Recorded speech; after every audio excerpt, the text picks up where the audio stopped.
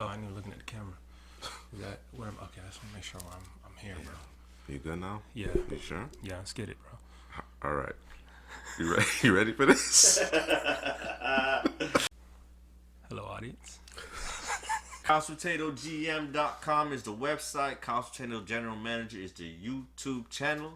You know it because you want it. That's right. CPGM Drew, he's proud of me. Hey, got CPGM Headley over here, man. And please like, comment, subscribe. Let's just get it out of the way at the top, man, Right, before man. we give you this Hold draft on. content. We're gonna pause though, because we're gonna pause. We're gonna give you 5 seconds to go ahead and if you do any of those things, just subscribe. We trying to get to 2,500 by August, man. Do a brother a favor, help a brother out, help some brothers out, and just go ahead and subscribe. And we're talking about the Pittsburgh Steelers 2021 NFL Draft recap. I'm going to give you a draft grade, a GPA over here at CPGM. Like you were talking about earlier, off camera, it was just because some teams had this consensus. Yep. You know, you knew Lawrence was going number 1. You knew Zach Wilson was going 2. And the Steelers are picking Najee Harris in the first round was on a lot of people's mock drafts. And it came true. I was thinking maybe offensive line there, but you get a Najee Harris, you draft a couple offensive line that we're going to get to later. I'm not mad at the pick. Offensive line, you would have thought, yeah, hey, you know, that probably should be the pick,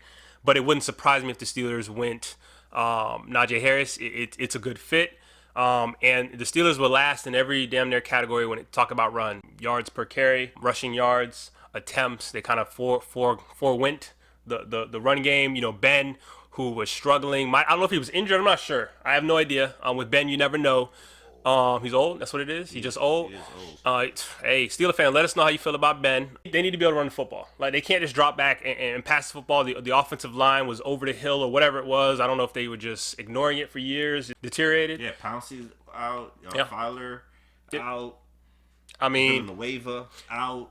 And sometimes you know, to alleviate one position, you draft a different position that can help that position, right? And I think that's what this is. Outside of them obviously drafting offensive linemen, but I think Najee is the type of back that doesn't need things to be blocked up well. Because one of the things that I saw watching the tape with him, man, is his ability to be able to break tackles. You know what I mean? He's not gonna run away from everybody, but his ability to break tackles, his ability to play receiver to get open. I mean, he can play receiver. Like it looks good out there. You know what I mean? So he's versatile in that role. And he's a no-nonsense guy. This guy, you know how Barry never celebrated Barry Sanders, for y'all that don't know, never celebrated. Najee's kind of that same kind of guy. It's just no nonsense. I just want to do my job. Hard hat, lunch pail type of guy.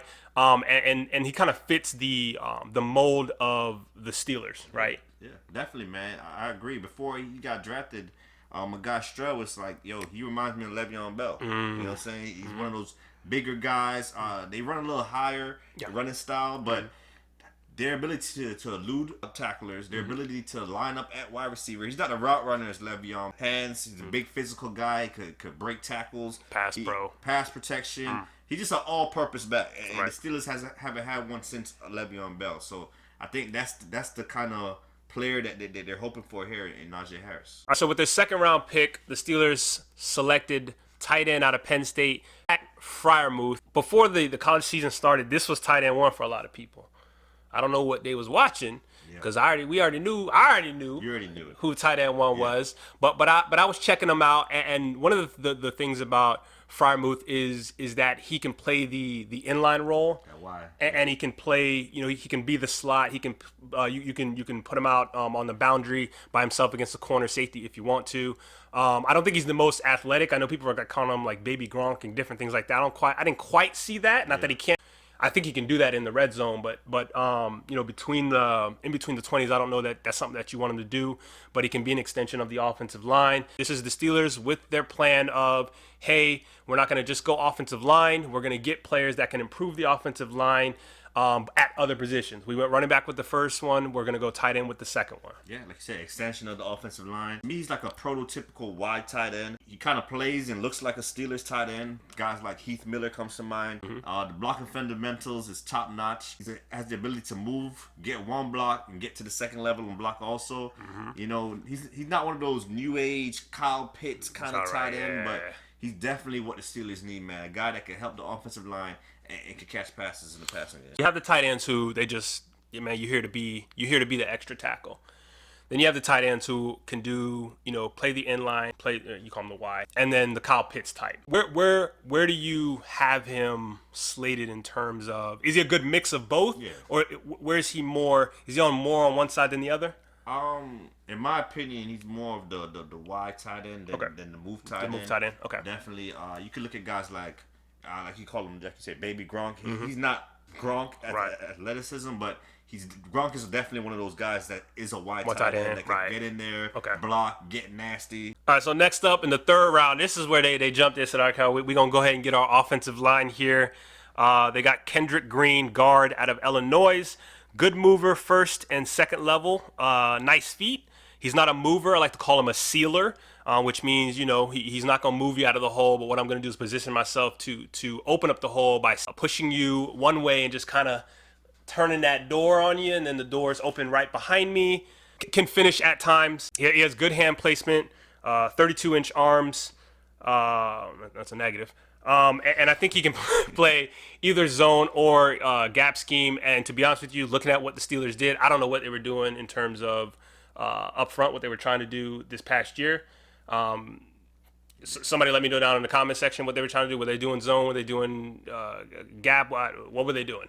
Guard, center, flexibility. He could play, 3 positions on the offensive line. Plays to the whistle, finds a body to bang. Good anchor once he gets engaged. It's very hard to move him. He's not one of those twitchy guys, but he definitely can get to the second level. I think he could improve the placement, get in a better position at the second level. But he's very aware, smart player.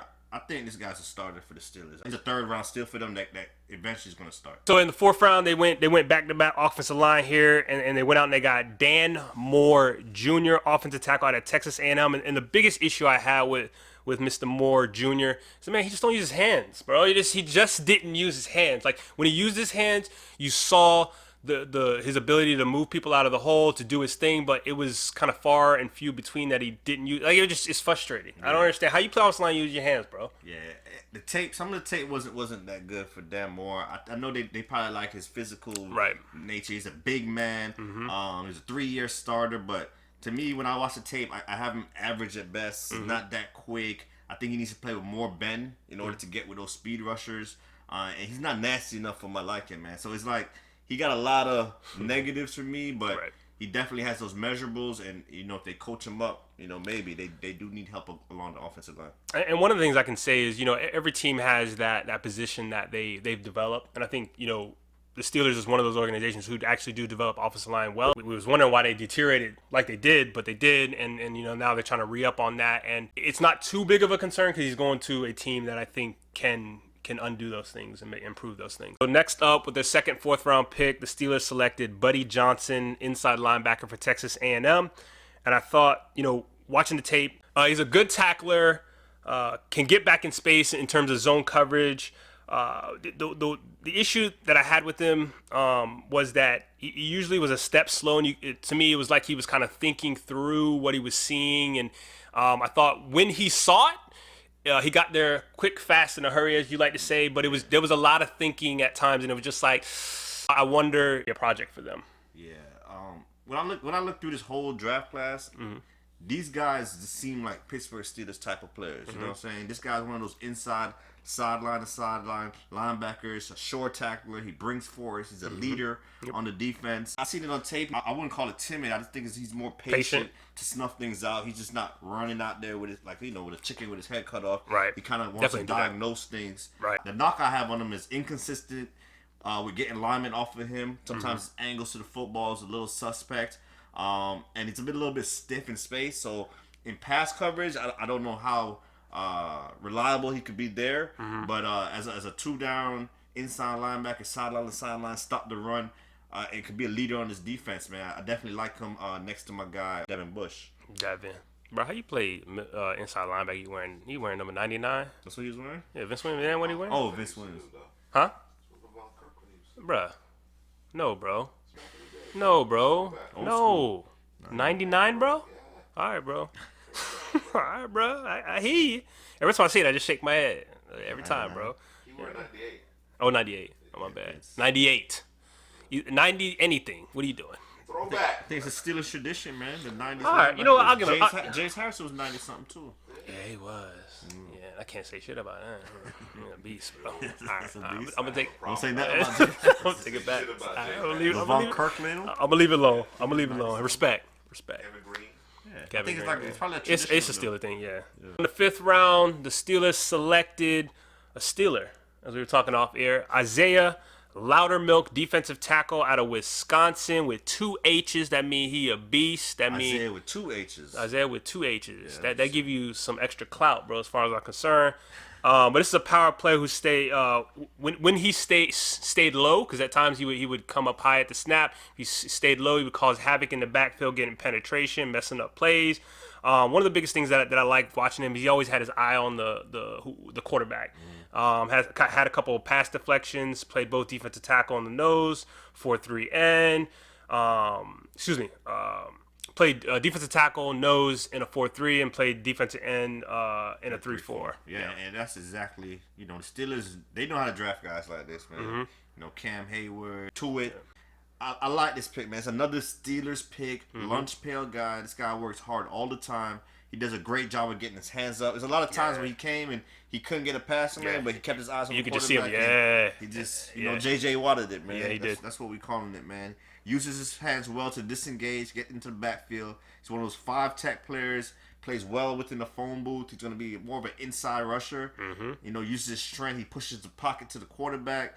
Yeah, I really liked his tape, and I definitely think he's going to be on the field sooner than later. Oh, definitely. Lunch pail guy. Word, definitely. Definitely. Yeah. Man. Come on. You got to do it with conviction. Definitely. I ain't on the fence, man. So in the 6th round, the Steelers selected Quincy Roche.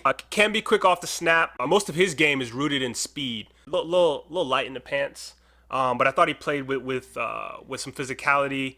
But I personally, I thought he didn't come with a plan every play. It was just like, I'm just going to try to beat this guy off the edge. But speed to power guy. But again, we say this all the time. We say it every time, I guess, until I get it fixed. Miami players leave meat on the bone with these guys, and you know what? That's what I was thinking too when I was watching him. But he's kind of the opposite to me. Is he? Like he had production for 4 years. I think he transferred to UM for this last season. So maybe he's not one of those Miami guys with the meat on the bone. And with Roche, I got him here. He's not really twitched up or has this excessive strength. I think he does a lot of things with technique. Okay. He gets the technique, he gets it done. I think he's a very talented player. He can stand up. He could drop back in short coverage.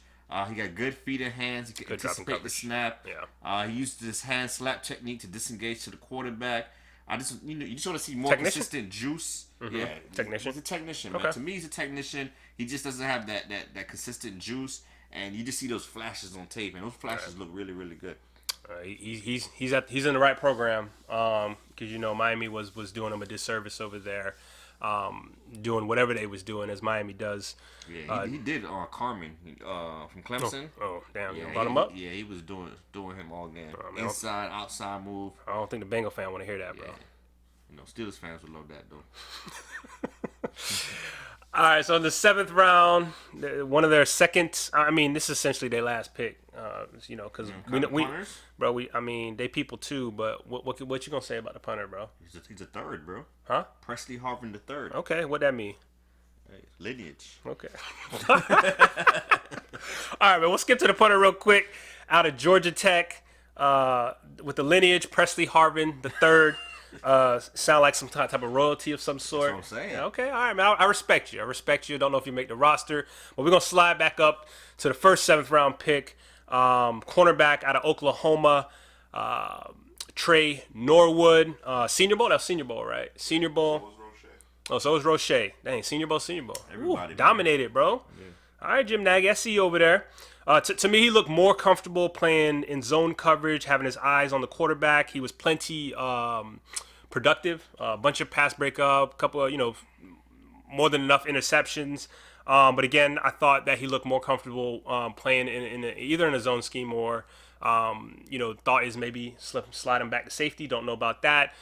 Just didn't think that in man coverage he could keep up with receivers that he was going against consistently. They got him out here in the depth chart as a free safety. Okay, so there you go. They probably gonna move him to safety. Okay. They're still a secondary loaded. Joe Hayden's still doing it. Once they got Minka, it kind of changed everything. Yes, it did. So there's more bodies out there. There's gonna be multiple out there. See what happens. All right. All right, Steeler fan, how do you feel about your team? Did it come into focus after the first day, second day, and now, obviously third day? And one of the things that we talked about earlier with them is a way that they went about fixing their team. Instead of just going, hey man, this is a problem. Offensive line is definitely a problem for us. We're not gonna just go out there and get the next best guy in terms of offensive line. We're going to pick other positions that can help alleviate the offensive line. When you talk about running back, when you talk about the tight end that they drafted, then they went offensive line. Definitely, I could respect the team for not reaching. I've been a fan of a team that we need this position. That's our biggest need. We're going to reach, even though that guy's probably not as talented as other guys on the draft board. Oakland Raiders. The Falcons, Raiders, whoever. But Najee Harris, that pick showed me that, we're not going to reach. We're going to pick the best player on our board. It's what the Steelers do every year. It's like them and the Ravens. Right. They're like the two best at that, and definitely can't not. They didn't get an offensive line till the third round. So all in all, man, I like this draft class. I like these players: Najee Harris, Freiermuth, Kendrick Green, Buddy Johnson, Loudermilk, Quincy Roche. These are no nonsense guys that's very technically sound. Right. Yeah. It means development should happen quickly if that's the case. But I'm gonna give the Steelers. I'm gonna give them a I don't know, man. When you draft a running back in the first round, that's supposed to hurt you. Unless it's Dalvin Cook. You know what I mean? Dalvin didn't even get drafted in the first round. Nah, he didn't. But we know. The Bucks could have did it though. I remember. Come on, bro. Why you? OJ Howard. That's who y'all went with. Yeah, but we know he had issues though, but special talent, entourage and all that. But I'm not gonna ding him for drafting a running back in the first round. I'm gonna give him a 2.85. 2 points still? Yeah, 2.85. Yeah, I get it, man. The offensive line, not early as an eyesore, especially with the offensive line they had last year and the players that they lost. You're like, if they didn't get an offensive line, what's going on here? But like I said, the players and the talent and just how NFL ready I think a lot of these guys are, I'm going to go with 3.0 for the Pittsburgh Steelers. Okay. All right, man. Let us know, what's your thoughts on your team. What are your expectations in terms of the year? The division itself has gotten stronger when you talk about all the teams there. Who is the team to beat? Is it the Browns? They supposed to be loaded. Is it the Ravens? The Ravens finally got their receiver. Let us know how you feel. Like, subscribe, comment, subscribe. I want you to subscribe first if you didn't do it earlier. Subscribe. We talking ball. We talking your team. Hit us down in the comment section. Like, subscribe. Share the video. Don't be selfish. You're a Steeler fan. Even if you disagree, if you're like, man, these boys trash, man. Let me send this over to let other people know how they're doing because they suck over here. Hey, man, listen. Hit us down in the comment section if we suck. We can chop it up. We'll discuss all day long, man.